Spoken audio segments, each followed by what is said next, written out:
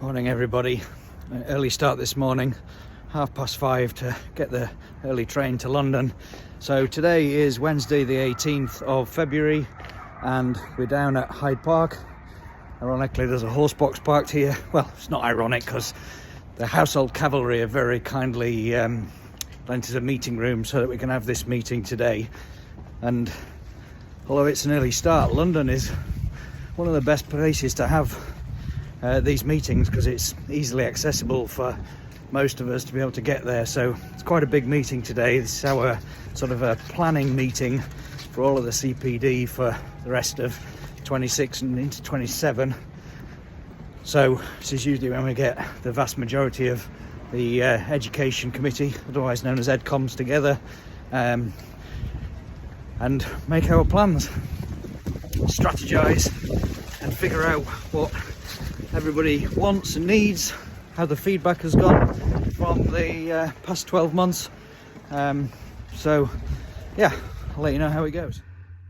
Okay, now the challenge to distill that very long meeting into a few minutes for you. So we got loaded up with coffee, we approved the minutes of the last meeting and then got stuck into the CPD update. So when we're going through the CPD, we're looking backwards at the courses that have been provided, specifically 2025, to see if we can implement any change, improvement, any actions need to be taken for the current year, 2026, but we're also making a plan for 2027.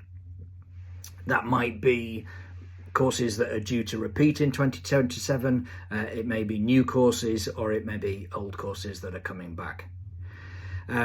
Looking backwards, we found that we had very good to excellent feedback across the board for attended, blended and online courses. There was a very high overall course satisfaction with a high likelihood that what was learned would be put into practice and a high likelihood that the course would be recommended to a colleague or a friend. There's a slight tendency for that to be lower for the online courses, but I don't know whether that's just a reflection of the ability to engage with people online versus in a face-to-face course.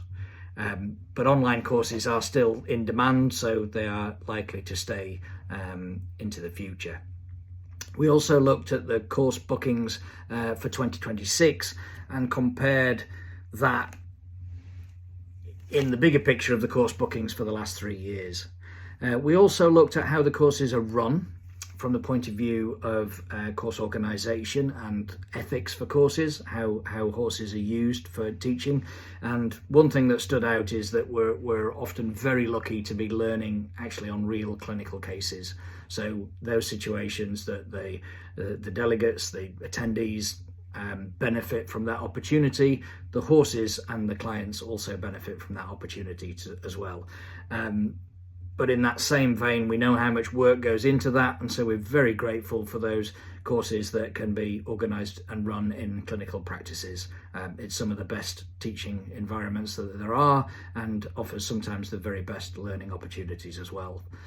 We looked at a variety of other small points about how the EdComs operates, how we approve Beaver courses, and how we also assess Beaver approved courses. So those are courses that are not operated by Beaver, operated by somebody else that Beaver members could take advantage of at discounted rates. So we looked at all of that. We also looked at some of the fast turnaround times. There's a lot of effort goes into advertising courses because one of many things Beaver does try and make sure that all courses are attended. It's not in their habit of cancelling courses. So we looked at some of the small things about how we as a committee might be more efficient in providing feedback for those. We also reviewed some of the courses or meetings that are held at big equine events. Looked at the London International Horse Show and the course that was run at Osberton. There are future opportunities to run courses like that, so we want to try and maximise the learning opportunities and how we can best teach in those venues which are not necessarily designed for teaching, such as lecture spaces, etc., etc. We also approved the fundamental courses, or the syllabus, should I say, for 2027. took into account feedback provided by some of the large employer groups about what they desire and what their feedback of the people that they've placed on the courses has given back to them.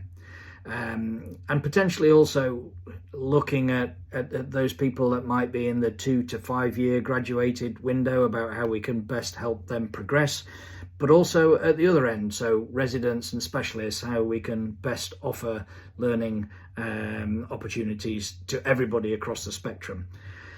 And building that into the 2027 courses. Now, we also reviewed the Beaver Transatlantic Equine Clinics and the clinical catch-ups. We looked at potential new topics and subjects for those, and there was an interesting discussion about one that looked at rider influence over lameness, either how a very high level rider might be able to mask or ride a horse sound, and how an amateur or perhaps somebody with less experience might actually, at the opposite end of the spectrum, ride a horse lame. So that was an interesting concept that we all seemed interested in exploring. We also discussed the possibility of some Beaver committee members offering us a little bit more of a critique on some of our courses. So if Beaver committee members go on a course, we might just target them for some more critique and feedback on how the courses were run.